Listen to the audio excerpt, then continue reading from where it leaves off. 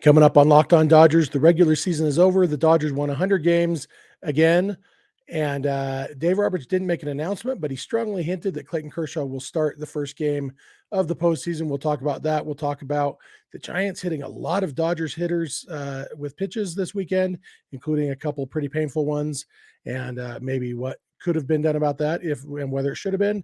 And then we'll just break down what happened throughout the playoff races and what's coming up this week as the postseason starts. That's what's on tap. So let's get Locked On Dodgers. You are Locked On Dodgers, your daily Los Angeles Dodgers podcast. Part of the Locked On Podcast Network, your team every day.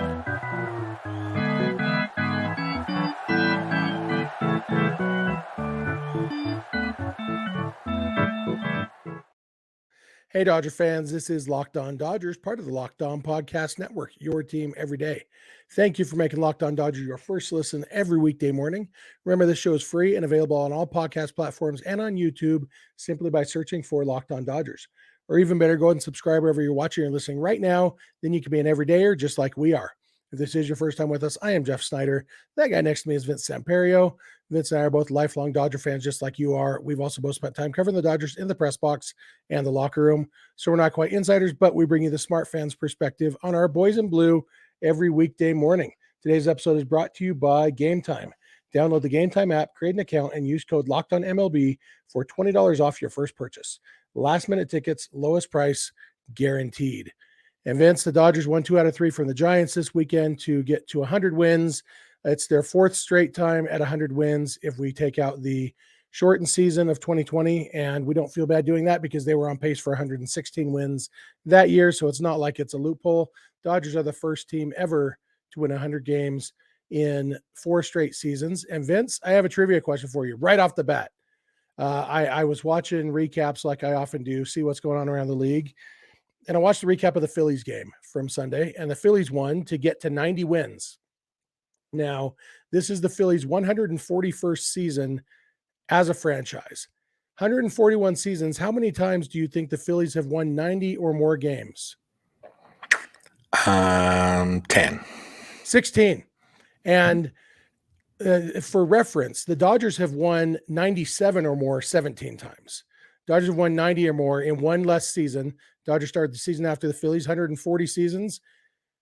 45 times they've won 90 games. And as I'm watching this recap, and the Phillies announcers are like, for the 16th time in franchise history, the Phillies have won 90 games. Like, you finished 14 games out of first place, and 16 is a really bad number. It's like when I weigh myself and say, for the no good announcements come from when I weigh myself. I thought it was a weird thing to, like, the reason we don't know how many times any team has won 90 games because it's not that big a deal. And when the number's bad, maybe you just gloss over that fact, you know?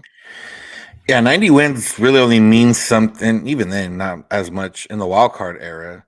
And even then, last year, like, the two teams in the NLCS didn't even get to 90 wins. So, yeah, it's a round number. But other than that, I don't think there's much significance. But, hey, you know what?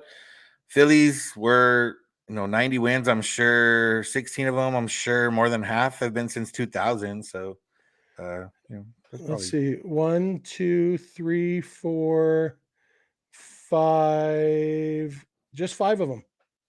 Yeah. It's they've been really good at times, but they've been kind of mediocre most of the time. Anyway, this isn't a Phillies podcast. I just thought it was interesting because none of the other recaps I watched did they talk about how many times the team has won 90 games. So but we do know the Dodgers won 100 games and exactly 100 this time. They got to that round number. They didn't get to any of the other round numbers they were shooting for. Freddie Freeman finished the season with 29 homers and 59 doubles. Mookie Betts finished the season with 39 homers, only hit 1 home run after August. Didn't have a terrible August, but definitely took a step back. And in a way for me, Vince, and this might just be me coping, but I want Freddie to get 60 doubles. I'm glad they didn't hit all of their goals just because I do want them to go into the postseason a little bit hungry, That, yes, but it just feels like that Matt Kemp season where he got the 39-40, not 40-40. You just feel a little bit unfulfilled. But the good part is they'll both be back, obviously hungry for postseason, and they'll both be back next season for the Dodgers and the season after that, and for Freddie the season after that too. So yeah, it's it would have been nice, but it gives Freddie something to shoot for next year because it's not like it was he just had a good season, a good Freddie Freeman season. So he set that mark. So if nothing else, like last year, he hit 47 doubles, led the majors with 47 doubles. I think 47 is child's play to Freddie now. I think next year, I assume 50s is now the benchmark for him and what he's going to be expecting for himself every season, and no complaints there. Yeah, it is funny how in Colorado he ended up hitting a couple homers, but not all the double. Like we were expecting a cornucopia of doubles, but didn't quite get them.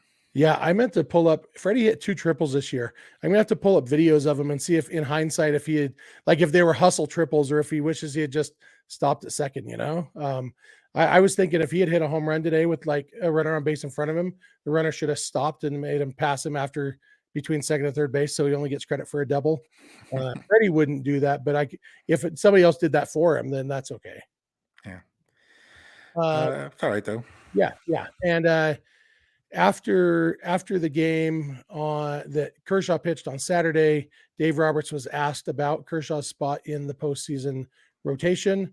And basically he said, well, he lines up to start game 1. So, take for that what you will. And seems pretty clear. Kershaw has started, I think, the last 3 Saturdays. And so next Saturday is game 1. And it looks like he will be starting game 1. And Bobby Miller, just like he did on Sunday, pitching the day after Kershaw. I guess it won't be the day after because they have a day off after game 1. But eventually when game 2 happens, Bobby Miller will pitch that one. And, who knows after that? Plenty to talk about this week as there aren't any Dodger games to talk about. But Clayton Kershaw as the game 1 starter, what do you think, Vince? It was between him and Bobby Miller, and there was no necessarily wrong answer. Kershaw kind of said he's back, college pitcher. He never got to pitch in college. But now he feels like a college pitcher, like the Saturday pitcher, even though he would be the Friday pitcher if it was the real thing. But yeah, the game 1 is Saturday. If they happen to go to a game 5, that's the next Saturday. So he's in line to start both of those if they need him to. And I don't know if I don't feel like it's how it took him a while to give Buehler like the game 1 start, like out of respect for Kershaw. I don't think it's like a Bobby Miller like respecting. I just think that Kershaw's he's the guy they're going to go with because area this year. Yeah, exactly. They know what he's going to give him. He's going to give you 5-6 innings. He's going to keep the game in check for the most part, and he's pitching at home at Dodger Stadium. It's going to be fun. Yeah, the one thing that this probably does set in stone is that the Dodgers, we've talked several times about how the schedule would allow them to only go with just 3 starters in that division series. And that seems out the window because Kershaw would not be coming back on short rest or even regular, quote unquote, regular rest. Kershaw's regular rest is no longer 4 days rest. And so I think this means they will be having somebody other than the game 1 starter pitch game 4 if it gets to game 4, and that's okay with how many starters they have. And we've talked a lot. We'll probably talk more this week about piggyback options and stuff, but I think they have a lot of options that they don't need to run starters into the ground. Yeah, and the fact that it's going to be the Brewers or the Diamondbacks, no juggernaut offenses there. You can get away with the Lance Lynn start, in those. Although that Lance Lynn start would be on the road, and both of those home stadiums play up. Diamondbacks is kind of weird, but there's similar stadiums in the sense of like the backdrop and everything. Miller Park, probably, or I don't know if I don't think it's called Miller Park anymore, but plays a little bit more to the home run. But like I said, this is what they got to go with now. They got plenty of arms to get through it and get 27 outs for hopefully just 3 games. Yeah, that's the easiest way to do it. Don't worry about game 4, just win in 3.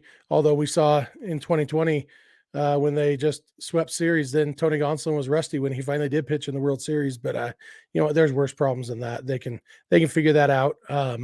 They are going to try to avoid the rust with their week off or 5 days off, whatever it is, by having workouts this week, including one that'll be open to some season ticket holders.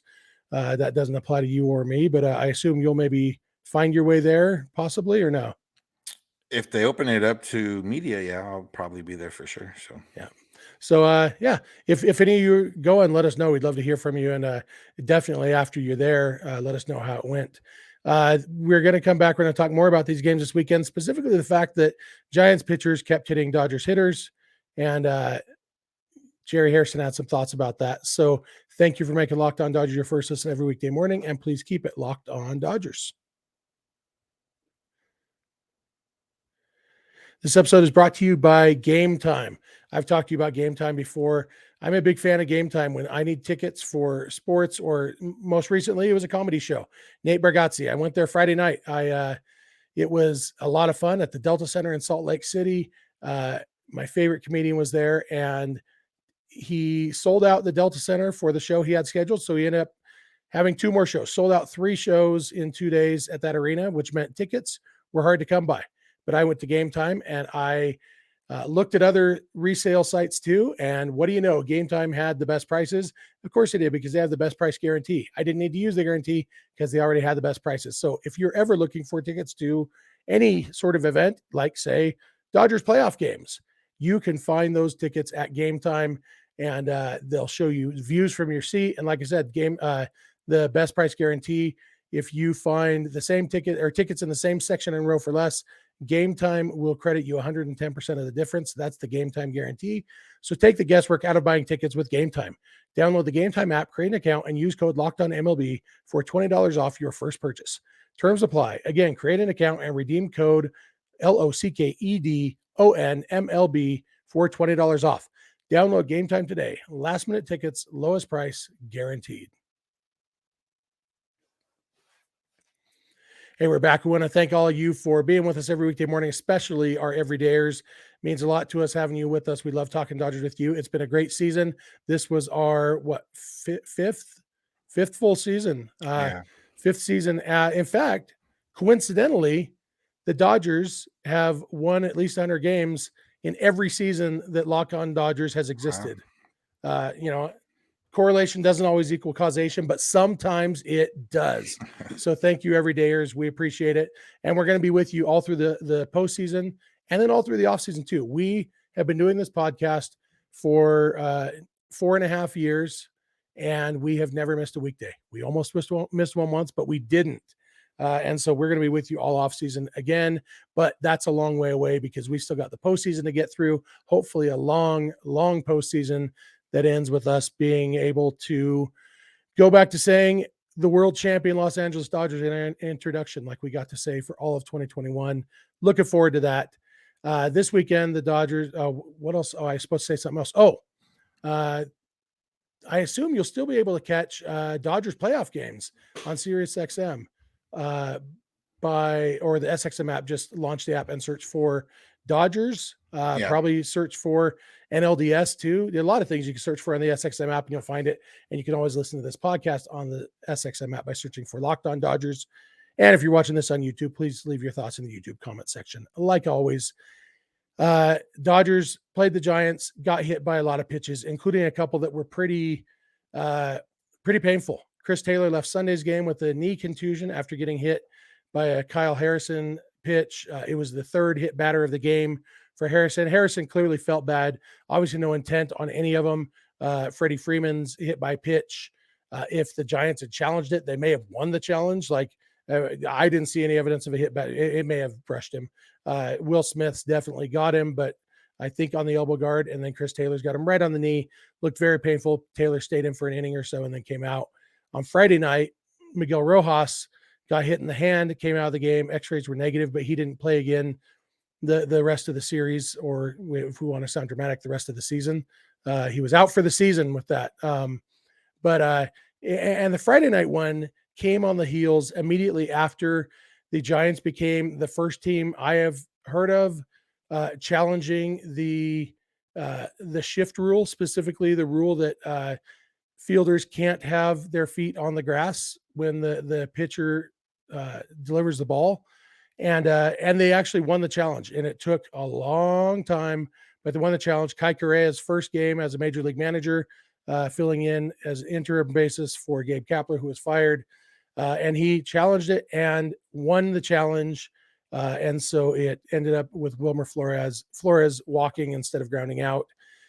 a lot of people weren't happy about that. And then it was Rojas who got challenged, and then he immediately gets hit by a pitch, obviously unconnected. And again, nobody thought there was any intent. But after the game, Jerry Hairston was very fired up. Basically, the classic line of, if you don't know how to pitch inside, don't pitch inside. And I've got thoughts on this, Vince, and I don't know how strong a thoughts you have. For me, I think back to a week or two ago when Bobby Miller hit Zach McKinstry, and McKinstry was mad, and Miller in the locker room after the game said, "I obviously didn't do it on purpose, but it's not my job to make him feel comfortable in the box." And it's like, I feel like you can't applaud that one and be mad at the other one. Like, a pitcher's job is to pitch inside, and sometimes guys are going to get hurt, or sometimes they're going to get hit, and unfortunately, sometimes they're also going to get hurt when they get hit. But it's part of baseball, right? Yeah. On the challenge note, the Giants actually challenged that before this season. So it was their second time winning that type of challenge. Really? Yeah. So clearly they got eyes on that, but didn't It help was like them. Gabe Kapler never left. Yeah, didn't help them in the record front. But it's the only thing that comes from, retaliation in this sense is unnecessary potential drama if benches clear, things of that nature. And maybe Giants pitchers don't pitch inside the rest of the series. But again, obviously it sucks that they kept getting hit. In the sense of Kyle Harrison, he's a young pitcher. I don't know if it's like Bob Miller. Like, was he trying to pitch inside? Did he miss his spot? Was he, obviously not trying to hit the guy? It just happens. Sometimes I look back at when the Dodgers used to have brawls. I'm like, damn, that was fun. But then you also think like, yeah, remember also when Zach Greinke got his collarbone broken or whatever it was when he crashed into Carlos Quentin. So it was just unnecessary last week of the season. And Jerry Hairston, it's probably a matter of like us. Sometimes we don't know what to talk about, and maybe he just wanted to, create some controversy out of thin air. Yeah, that could be. I'm looking right now. I'm pretty sure the one that hit, so the one that hit Freeman and the one that hit Taylor were both slurves. 81.3 miles an hour on Taylor's, 83.1 on Freeman's. Taylor's was just bad luck that it got him right on the bone or on something painful. Smith's was a fastball, but 93.4 miles an hour, and clearly no intent. And it's like, I understand the impulse to want to retaliate, but it's like, what do you do? Like, every time you hit a batter, he gets to go to first base. Like, why would you put a guy on base? Like, I'd much rather have them retaliate by winning. The Dodgers won both of those games. Retaliate by striking the next dude out. The only time you might want to retaliate, I guess, is if Wilmer Flores came up with 2 outs, because Wilmer Flores he's their best hitter. He's not a threat on the bases, and you've already got 2 outs, and a pitcher you don't mind getting suspended on the mound. That's the only time I think a retaliation would make any sense at all. And even then, that's just if you need to satisfy your machismo or whatever. Well, I don't think he's calling for he's not calling for retaliation in that sense of like, we're trying to like whatever, like put like it's not a matter of somebody pimped a home run and then you hit him.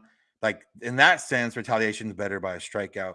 He probably just wants the Dodgers to throw inside, hit somebody. So then the Giants, recognize pitchers are like, maybe we won't throw inside, or maybe more be careful when we're throwing inside.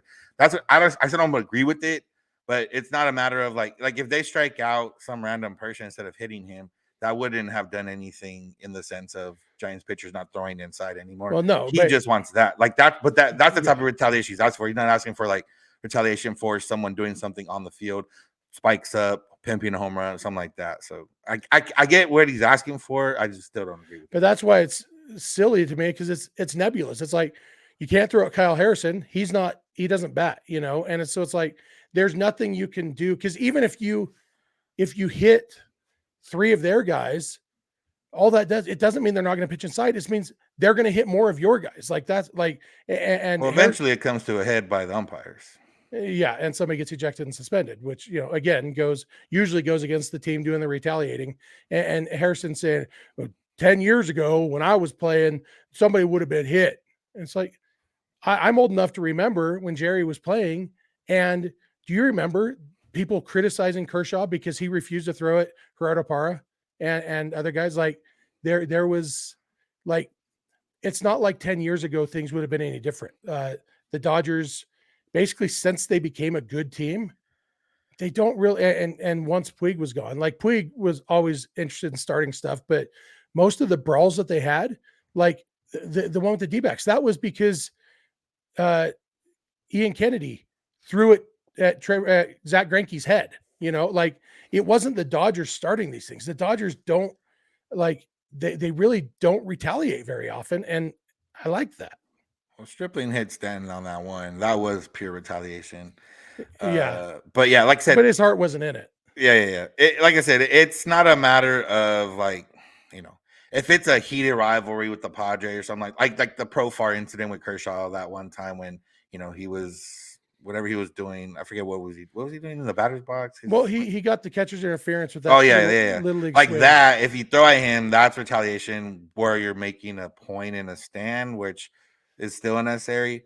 Or this one, he's just like I said, Dodgers throw at him, and then maybe the umpires warn both sides, and then Giants pitchers are like, okay, maybe I won't throw inside if I don't have control. But other than that, I don't think there was a reason for it.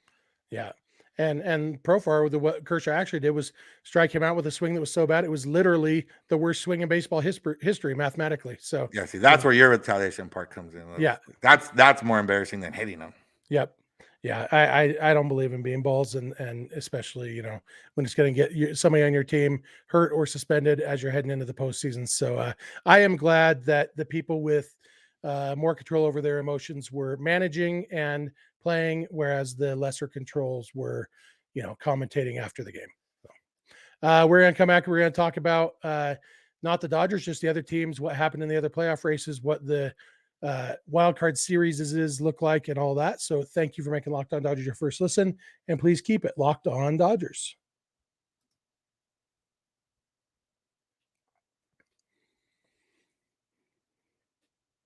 Hey, we're back. We want to thank you again for making us your first listen every weekday morning, especially our everydayers. If you're not an everydayer, just watch or listen every weekday morning, and then you are an everydayer. It's that magical. And you can catch every Dodger postseason game on SiriusXM or the SXM app by searching for Dodgers. The season's over, Vince, and Sunday ended up having maybe a little less intrigue than we thought it might have. Heading up, it looked like the National League wildcard race might have been crazier, but all of the playoff teams had been set by the end of the games on Saturday. We knew how all 850 teams that were going to be in the postseason. That's an estimate. And it was just seeding. And in the National League, turned out the Marlins didn't have to finish that game against the Mets, that game. And I don't know for sure if they're going to call that a loss, actually revert back to the score after the eighth inning, give the win to the Mets, and call that a loss for the Marlins, which would put them in a tie with the D-backs, but the Marlins hold the tiebreaker. So either way, either the Marlins finished half a game ahead of the D-backs or tied and win the tiebreaker. So the Marlins are the second wildcard team. They will go to Philadelphia to play the Phillies in the wildcard series. And the D-backs, as you mentioned earlier, they are the third wildcard team, the lowest seed, meaning they will go to Milwaukee to face the Brewers in that wildcard series. And do you have, I know you and I both, like, between superstition and learning our lesson, I don't think either of us is going to say which team we would rather play between the D-backs and the Brewers. But I guess I could say, would you rather have had it be the Marlins or the D-backs in that playing the Brewers?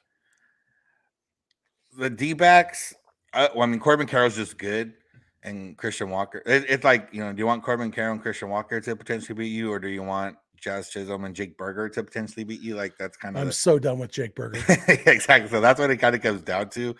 So yeah, I didn't have a preference there. The Marlins are, they're both down on, well, not down. The Diamondbacks aren't down arms, but the Diamondbacks don't have as much starting pitching.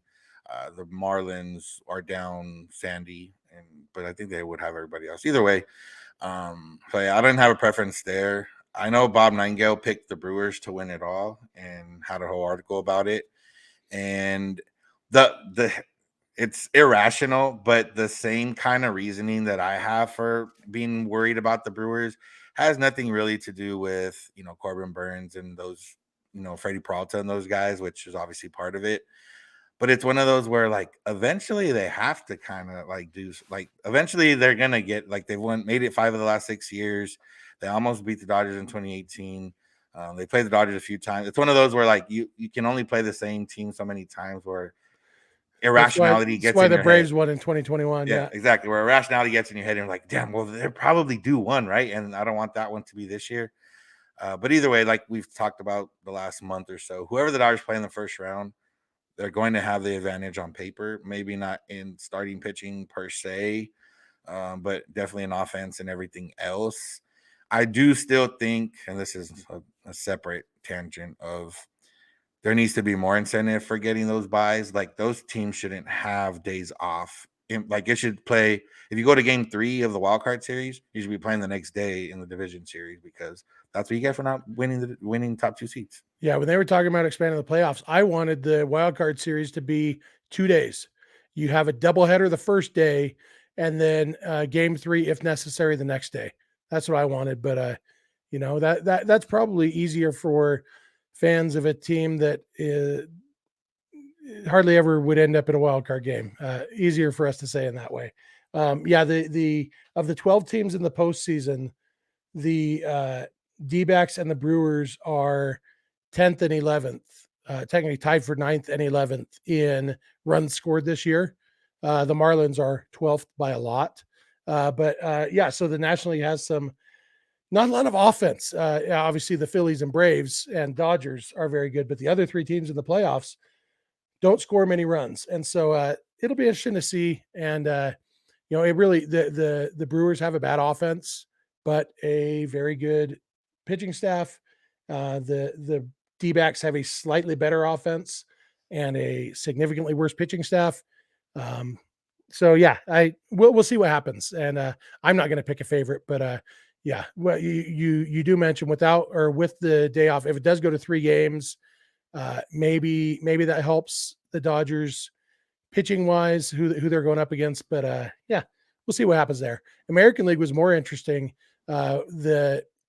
Going into the last weekend, the American League West, the Rangers, the Astros, and the Mariners, it could have, all 3 of those teams had a chance to win the division, and all 3 of them had a chance to miss the playoffs.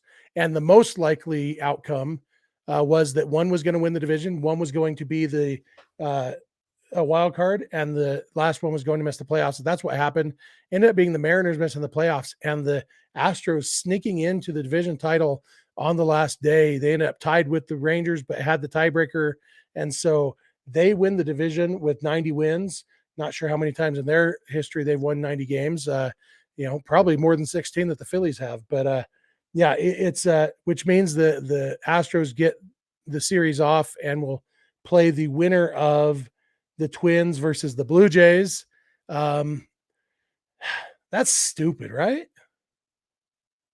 Like the AL side is so weird because you have a 101 win team in the Orioles, and then the other 2 division winners are 90 wins and 87 wins.